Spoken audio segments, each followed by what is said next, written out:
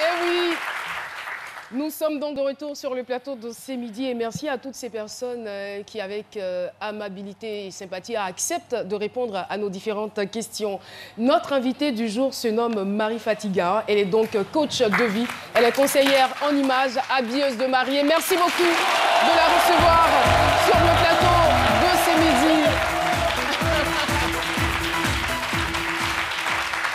Marie Fatiga, on est très heureux de vous recevoir sur le plateau de C'est Midi. L'une des rares femmes qui n'a pas honte de dire son âge. Elle le dit fièrement d'ailleurs. Bah, j'ai 40 ans et j'en suis fière. Elle ne fait pas son âge. Hein. Et vous avez une grande fille. Hein, j'ai une grande fille, j'ai un grand-fils qui a 18 ans, qui part à l'université cette année. La fille a quel âge? Et ma fille a 15 ans, elle est quelque part dans... Votre fils a 18 ans? Mon fils a 18 ans. Il part à l'université? Il part à l'université cette année. Et ma fille a 15 ans. Vous êtes sûre que c'est pas vous qui avez 18 ans? Non, c'est pas vous. J'aurais aimé. Ah vraiment, vous êtes très très bien conservé en tout cas. Alors, le thème, je le rappelle, mon combat est de redonner confiance aux femmes. À première vue, on dira peut-être qu'il est un peu prétentieux, mais c'est possible et c'est faisable. On va dire, l'échange nous donnera certainement raison. Mais déjà, parlons de vous, il faut dire que c'est à l'âge de 2 ans que vos parents décident de quitter la Côte d'Ivoire pour aller s'installer en France. Et malheureusement, lorsque vous avez 17 ans, il va vous arriver un grand malheur. Vous perdez votre frère qui était souffrant d'une leucémie, qui souffrait donc d'une leucémie. Et les parents décident alors de quitter la France pour aller s'installer à Londres. À Londres, c'est bien cela. Alors, ce que j'ai envie de savoir, c'est comment était votre vie en France? Comment vous avez vécu cette vie-là? Puisque vous êtes partie très tôt. Je suis partie très tôt et ce qui, pour ma part, je dirais aujourd'hui avec du recul, je me rends compte que j'ai eu à faire face à un conflit d'identité. Pourquoi? Parce que je n'étais pas vraiment afro-descendante, européenne descendante. Je n'étais pas blanche et quand on est petit, on ne se rend pas forcément compte des différences qu'il y a entre nous et les autres. Mais quand je suis revenue en Côte d'Ivoire pour la première fois, je me suis rendu compte que je n'étais pas totalement non plus ivoirienne, africaine. Donc je me suis retrouvée dans un clash d'identité. Je ne savais pas réellement qui j'étais. Donc j'ai vécu toute mon adolescence ne sachant pas qui j'étais. Voilà. Et justement, vous avez vécu donc dans cette atmosphère, on va dire, et aussi dans cette difficulté à retrouver votre identité. Mais comme je le disais, l'événement malheureux qui va se passer dans votre vie va jouer aussi pour beaucoup, non seulement dans cette perte d'identité, mais aussi dans la perte de confiance en général qui va s'installer dans votre vie et que vous allez combattre par la suite. Effectivement, parce que j'ai perdu le premier-né de mes parents, mon grand frère. Et lorsque quelqu'un perd... Étant africain, je dirais que nous avons cette manie de ne pas faire face aux douleurs que nous traversons. Et contrairement en Europe, on a plus l'habitude d'en parler lorsqu'il y a un décès, on a le temps de faire notre deuil. Mais ici, les Africains, on a tendance à faire notre deuil tout seul. Et on laisse les gens faire leur deuil tout seul, ne sachant pas qu'il y a des blessures internes qui se forment. Et lorsqu'il y a blessure, il y a forcément changement dans le comportement. Donc, lorsque mon grand frère est décédé, effectivement, j'ai essayé de faire mon deuil comme je le pouvais. Et je suis rentrée, comme on dit ici, dans le show. Je suis rentrée dans l'amusement, c'était la fête du lundi au dimanche. Et c'était une manière pour moi de me cacher un peu, de ne pas avoir à faire face à ce que je vivais réellement à l'intérieur, que les gens ne voyaient pas forcément, mais qui pouvaient juger de l'extérieur parce que ne sachant pas pourquoi je réagissais d'une telle manière ou de cette manière, et ben, il y avait constamment des jugements sur ma personne. Elle est comme ci, elle est comme ça, qu'est-ce qu'elle a, pourquoi? Ne sachant pas qu'en fait, j'étais en train de vivre réellement quelque chose de difficile. Mais le fait d'avoir changé, on va dire, de pays, est-ce que cela vous a réellement aidé? Ça m'a aidé dans le sens où je suis bilingue aujourd'hui. J'ai une ouverture d'esprit un peu plus large parce que... En fait, ce que je dis, c'est que, j'arrive à ça. Vous quittez la France pour une raison bien définie, la perte de votre grand frère. Vous allez, on va dire, sur une autre terre pour oublier, peut-être, et pour refaire votre vie.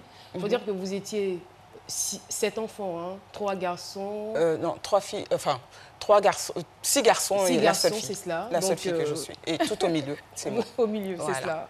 Donc, comme je disais, oui, ça m'a aidé d'une manière, à un certain niveau, ça m'a aidé, mais de l'autre, pas du tout, parce qu'en Angleterre, les gens sont encore beaucoup plus, je dirais, ouverts d'esprit qu'en France. Donc, du coup, en Angleterre, quand je suis arrivée, rapidement, j'ai quitté mon cocon familial, qui m'aurait réellement aidé si j'étais restée plus longtemps.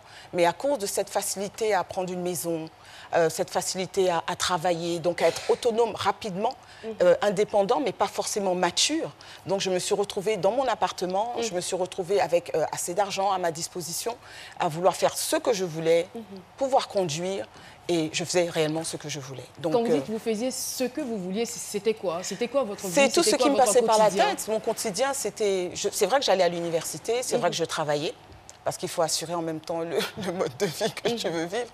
Mais j'étais perdue, je n'avais pas de réelle direction. Je faisais énormément de choses, mais en vérité, je ne faisais rien. Parce qu'en en fait, je n'avais pas laissé mes parents finir de bâtir en moi ce dont j'avais besoin, je dirais, pour pouvoir être capable de pouvoir être une adulte mûre et mature. Donc c'était des virées nocturnes? C'était des virées nocturnes et comme j'avais eu justement ce petit chagrin lorsque je suis venue en Côte d'Ivoire pour la première fois et que je me suis rendu compte qu'on me regardait un peu bizarrement, parce que quand je suis venue en Côte d'Ivoire, je m'habillais comme une petite binguiste qui venait en Côte d'Ivoire, il fait chaud, je suis en mini, mais j'étais mal vue. Et ça, je veux le dire, parce que c'était en 94, donc quand on est venu pour l'enterrement de mon frère, mais j'étais mal vue. Les gens me regardaient avec un air... Mais aujourd'hui, je reviens et puis je regarde les gens avec un air... Pourquoi? Pourquoi? Parce que je me rends compte qu'ils portent maintenant ce que je portais, qui les choquait, et qui maintenant, moi, me choque. Et les choses ont changé? Les choses ont changé, les choses ont changé. Je veux dire qu'il y a eu un renversement de situation. Il y a eu un renversement total. Je me rends compte que j'essaye de fuir cette mentalité-là et je viens la retrouver ici. Mais justement, il y a quand même eu des étapes. Je veux dire que puisque vous êtes aujourd'hui choqué, cela voudrait dire que la vie que vous meniez à un certain moment, vous l'avez certainement laissée derrière vous. Bien sûr. Alors, à quel moment la prise de conscience intervient et comment? D'abord, j'aimerais dire que je suis tombée enceinte à l'âge de 21 ans. Qui était normalement la suite logique. Je suis très heureuse de mon fils, il m'a recadré. Mais je dis qu'il était la suite logique à cause du train de vie que je menais. Et en même temps, ça a été un coup de frein. Un coup de frein dans le sens où j'étais maintenant responsable d'une autre vie. Alors, il ne s'agissait plus que de moi, mais maintenant, j'avais un enfant. Alors, quelqu'un qui dépendait de moi. Et à partir de ce moment-là, j'ai commencé à avoir un peu peur, être beaucoup plus responsable. Rester dehors à des heures assez tard, c'était plus aussi possible. Donc, je commençais à tout doucement à changer, tout doucement à me sentir beaucoup plus responsable, à vouloir apporter à mon enfant ce qu'il méritait, en fait. Donc le changement a commencé tout de façon doucement, progressive. voilà, de manière progressive. Voilà, ma prise de conscience a été progressive. Et à quel moment, pour arriver donc à la question fondamentale, vous décidez de vous frayer un chemin et vous optez, on va dire, pour le coaching, pour quelqu'un qui a connu des blessures dans son enfance, dans son adolescence, décide de coacher d'autres vies. Est-ce que vous vous sentez à même ou vous sentez avoir les armes indispensables et nécessaires pour le faire? Je dirais que tu ne donnes que ce que tu as. Et ça, c'est clair. Pour moi, le meilleur coach, ce n'est pas celui qui prétend être mieux que les autres, mais c'est celui qui a traversé le même chemin que les autres. Alors, pour ma part, je l'ai vécu, je l'ai traversé. C'est du vécu. Alors, quand je vois une jeune fille qui fait certaines choses, je ne la juge pas parce que tout de suite, je ressens de l'empathie pour elle. Pourquoi? Parce que j'ai été là. Et les gens n'ont pas forcément vu ce qui est à l'intérieur de moi, les blessures. Lorsque je vois certaines jeunes filles en train de manifester certains comportements, je ne vois pas, je dirais, je ne l'identifie pas au comportement, mais je me rends compte qu'il y a forcément un problème. Il y a quelque chose qui est venu dérégler, je dirais, sa manière de faire, de voir, de se comporter, d'agir, son attitude. Donc, je pense, oui, parce que c'est du vécu. C'est du vécu. Et justement, pour redonner confiance aux femmes, on en arrive toujours, pour redonner confiance aux femmes, il y a forcément des étapes. Qu'est-ce qui vous différencie des autres? Nous avons beaucoup de coachs sur la place. Il y a beaucoup de coachs, beaucoup plus de motivateurs que de coachs. Pourquoi je dis ça? Parce que le coaching, c'est un accompagnement au changement. Un accompagnement au changement dans le sens où tu ne peux pas demander à quelqu'un, change ou dire simplement à quelqu'un, lui donner un stylo et lui dire écris. Il faut lui apprendre à écrire. Alors, des gens veulent changer. Je suis sûre, comme je dis toujours, personne n'est maso. Personne ne veut souffrir. Peu importe qui tu es, peu importe ce que nous voyons, les comportements des gens, personne ne veut souffrir, personne n'est maso. Mais les gens ont besoin d'apprendre. Parce que lorsque tu as vécu, lorsque tu as grandi dans un certain milieu, et tu t'es toujours vu, je dirais, de manière basse, et que de manière négative, et que tu n'as absolument rien pour toi, tu te dis bon, finalement, si je n'aide pas la personne à sortir de sa position, alors si je ne descends pas à son niveau pour la faire sortir de là, je ne peux pas prétendre me mettre au bout et puis lui dire, bah, tu changes, c'est pas ça. Il faut descendre au niveau de la personne. Et c'est pourquoi je dis que... Y a-t-il une différence entre le coaching et le relooking? Le coaching, par exemple, le coaching, la conseillère en image et le relooking, oui, il y a tout à fait une différence. Alors, le relooking, il est éphémère. C'est-à-dire? Il est éphémère, je te prends tout de suite, je te coiffe, je te maquille, je te fais superbe, on ne te reconnaît pas, toi-même, tu ne te reconnais pas, mais c'est fini. C'est-à-dire le lendemain... C'est superficiel, en fait. C'est superficiel. Et la plupart des gens, c'est ce qu'ils font. Ils se relookent tous les jours, mais en fait, il n'y a aucun réel changement interne. Donc, en fait, du coup, t'es belle, mais t'es pas vraiment belle. Parce que la beauté est un état interne de qui tu es. C'est pas ce que je peux peindre sur mon visage. C'est pas le vêtement que je peux porter, c'est pas un déguisement. On n'est pas dans un film où tu es en train de tenir un rôle. La beauté, c'est qui tu es, c'est ce que tu dégages. Vous avez l'impression, c'est fort quand même ce que vous êtes en train de dire. Vous avez l'impression dans votre quotidien de rencontrer des personnes qui, on va dire, qui misent tout sur le physique, qui sont superficielles, mais tellement. qui sont malheureuses, tristes à l'intérieur, c'est cela? Alors, ce qui a fait que je suis justement rentrée dans le coaching, c'est parce que j'avais commencé mon petit business de coiffeuse mobile. Et lorsque j'ai commencé mon business de coiffeuse mobile, je me suis rendu compte qu'énormément de femmes qui passaient en bas de moi étaient vraiment jolies physiquement, mais qu'est-ce qu'elles étaient laides à l'intérieur? Alors, elles avaient toutes sortes d'attitudes. Et vous savez, il n'y a pas plus laid qu'une femme qui a des attitudes. Il n'y a pas plus laid. Non, sérieusement. Si on demande aux hommes ici, vous diront qu'il n'y a pas plus laid qu'une femme qui se concade. C'est pas joli, en fait. Ça ne va pas avec qui tu es en tant que femme. Les comportements, les attitudes, la manière de parler, de se tenir, de se comporter. La femme est censée représenter tout ce qu'il y a de beau, de paix. C'est rose, c'est beau. C'est ça, en fait, une femme. Et j'ai commencé à me rendre compte que toutes les femmes étaient belles, mais elles étaient laides. Elles pouvaient se faire belles physiquement. Elles étaient belles, mais elles étaient laides. L'extérieur. Exactement. Et à partir de ce moment-là, je me suis dit, tu sais quoi, il faut que tu apprennes à écouter. Parce que si toi, les gens n'ont pas compris qu'il y avait quelque chose qui n'allait pas chez toi, sûrement que les gens ne comprennent pas qu'il y a des choses qui ne vont pas. Parce qu'on est focalisé sur ce qu'on voit. Mais on oublie qu'au-delà de ce qu'on voit, il y a ce qui est. Et ça, c'est l'état de notre être intérieur, qui nous sommes en tant que personne. Je peux être très jolie là, en vérité en train de vivre la chose la plus difficile de ma vie, et tu peux ne pas le savoir. Donc, il est important, je pense, de commencer à être conscient. Être conscient, et surtout nous, les femmes, d'être conscientes du fait que on mise trop sur l'aspect extérieur et qu'il y a un travail réellement interne qui doit être fait. Ouais. D'accord. Méliane? Vraiment, merci pour ces propos. Moi, ce que je voulais savoir, vous l'avez dit tantôt, vous êtes la seule fille parmi 6 garçons. Pourquoi vous êtes seulement restée sur le coaching féminin, mais vous ne faites pas de coaching aussi masculin, vu que vous avez grandi avec des hommes? Je fais de tout. Je me focalise sur les femmes d'abord. Pourquoi? Parce que je suis une femme. Mais sinon, je fais de tout. Parce qu'effectivement, les frères ont un rôle à jouer, surtout moi ayant eu énormément de frères. Parce qu'à un moment, j'ai essayé de faire comme un garçon. Au bout d'un moment, je m'habillais comme un garçon, je parlais comme un garçon, je voulais agir comme un garçon. Imaginez dans le foyer, c'est pas facile. Parce que tu fais comme un garçon, c'est pas évident. On va avoir 2 hommes dans le foyer, là. Exactement. Exactement. Et les frères, ayant eu énormément de frères, ça me donne des tips. Comment C'est-à-dire aujourd'hui, j'utilise cela pour mon avantage. Comment un homme pense, comment un homme réfléchit, comment les hommes nous voient. Et en même temps, les hommes, jouez votre rôle en tant que frère, en tant qu'enfant. Il y a des choses que tu dois apporter à ta sœur, à ta fille. Voilà, il y a des choses que nous devons partager. Donc, voilà. Justement, moi, j'aimerais qu'on parte pour un cas vraiment pratique. Hein. On voit des photos de personnes que vous avez relookées, de jeunes filles. On voit l'apparence changer. Mais je veux dire...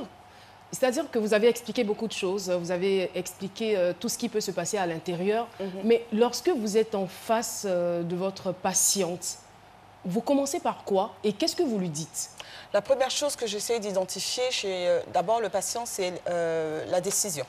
La décision. La décision. Si je dois travailler avec toi, il faille que tu aies toi-même décidé que tu dois changer.